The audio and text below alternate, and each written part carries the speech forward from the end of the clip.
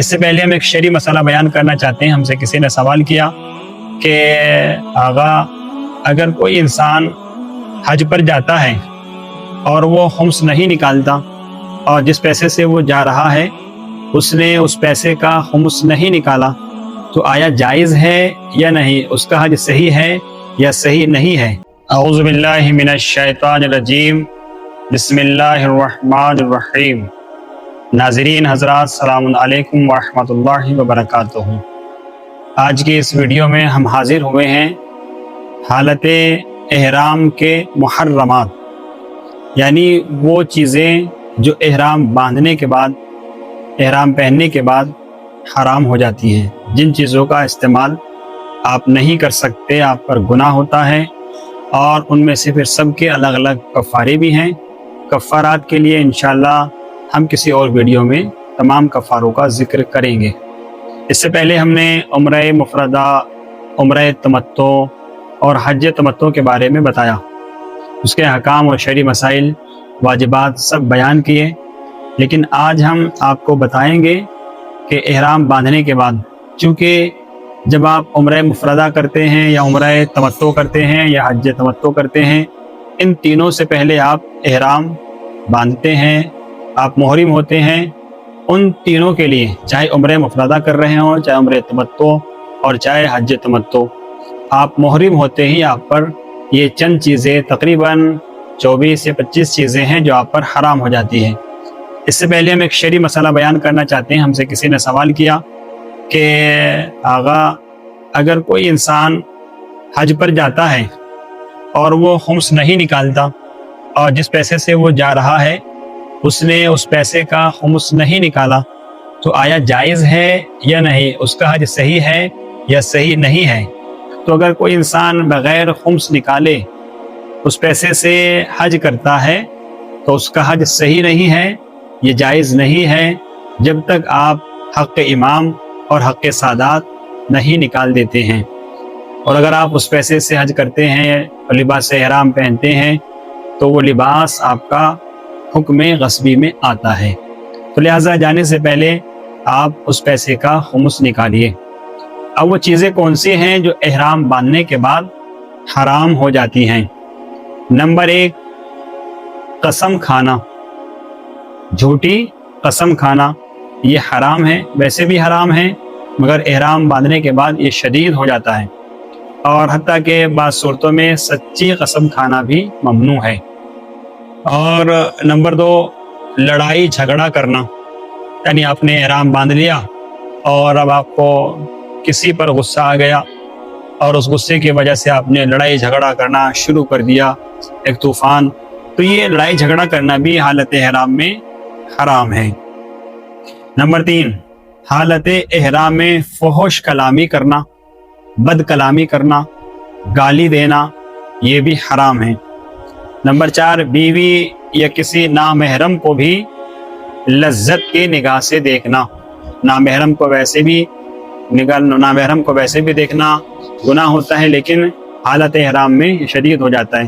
جس طریقے سے نیکی میں بھی اضافہ ہوتا ہے، مثلاً آپ نے 1 رکعت نماز مسجد میں پڑھی تو اس کا الگ ثواب ہے، وہی آپ نے 1 رکعت نماز اگر مسجد الحرام میں پڑھی تو اس 1 رکعت کا نماز 1,00,000 رکعت کے برابر ہیں۔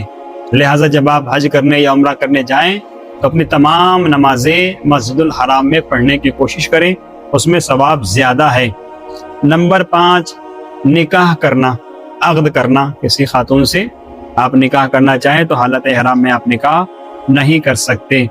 نمبر 6، سایہ کرنا، یعنی آپ چھتری وغیرہ کا استعمال کریں احرام باندھنے کے بعد، تو چھتری کا استعمال بھی آپ نہیں کر سکتے۔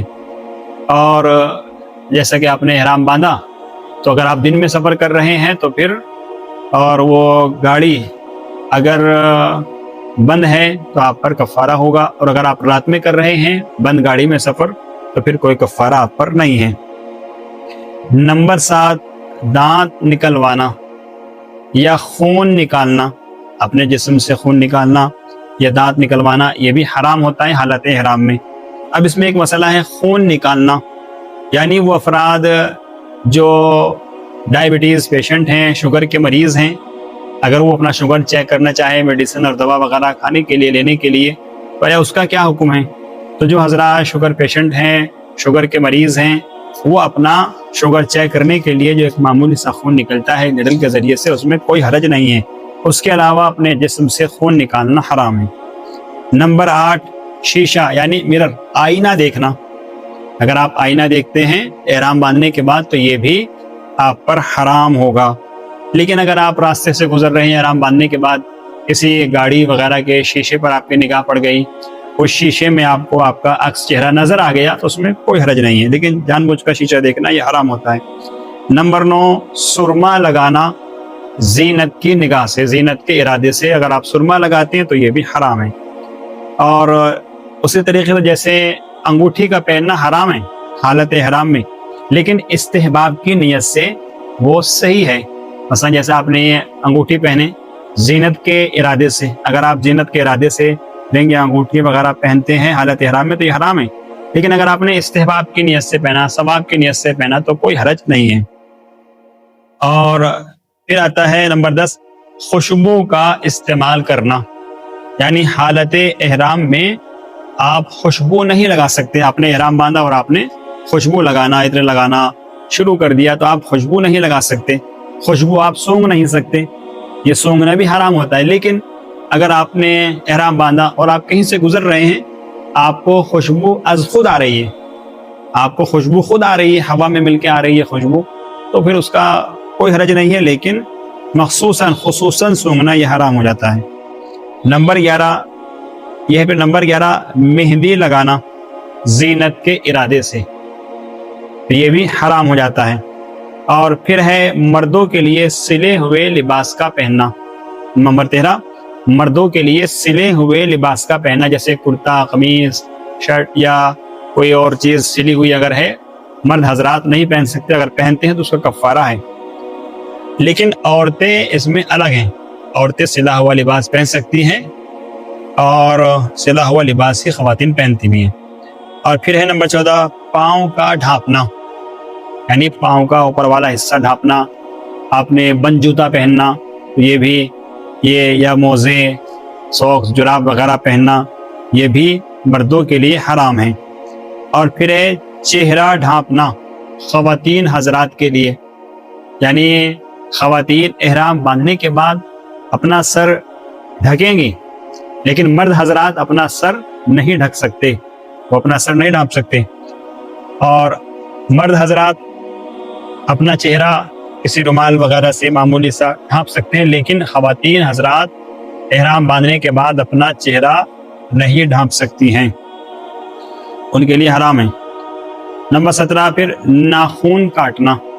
آپ نے احرام باندھا اور اب آپ ناخون کاٹ رہے ہیں، احرام باندھتے آپ ناخون کاٹنے لگے تو یہ کاٹنا بھی حرام ہو جاتا ہے حالت احرام میں۔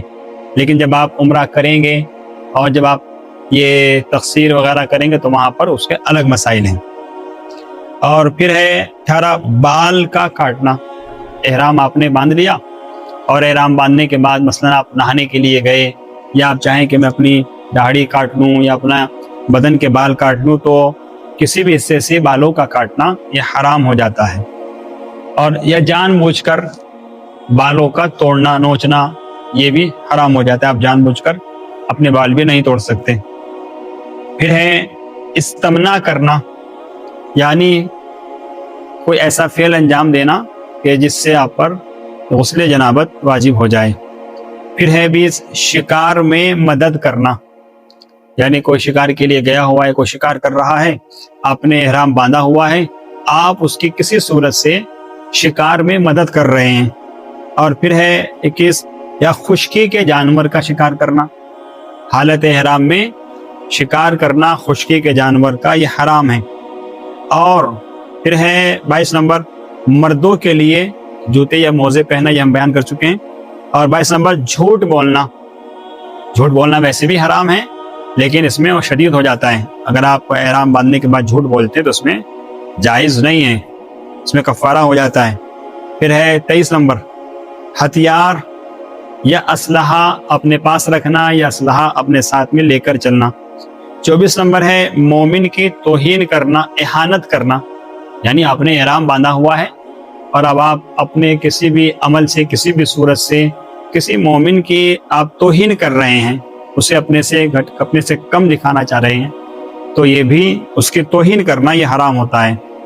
نمبر 25، جوئیں مارنا یا مچھر مارنا، جسم سے آپ جو اٹھاتے ہیں اس کو مارتے ہیں، جسم سے اس کو آپ الگ کر سکتے ہیں، یا جیسے مچھر آپ کے جسم پر بیٹھا ہوا ہے، آپ نے احرام باندھا ہوا ہے، تو حالت احرام میں آپ مچھر کو بھی نہیں مار سکتے، لیکن ہاں مچھر کو آپ اڑا سکتے ہیں، ہٹا سکتے ہیں کسی عمل سے، مگر اس کو مار نہیں سکتے۔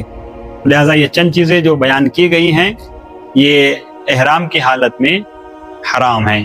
لہٰذا جب آپ عمرہ کرنے یا حج کرنے جائیں، احرام باندھنے کے بعد ان چیزوں کا خاص خیال رکھیں، ورنہ آپ پر کفارہ واجب ہوتا ہے، اور ہر چیز کا کفارہ الگ الگ ہے۔ انشاءاللہ کفارے کی ایک ویڈیو ہم الگ سے بنا کر پیش کریں گے۔ السلام ورحمۃ اللہ وبرکاتہ۔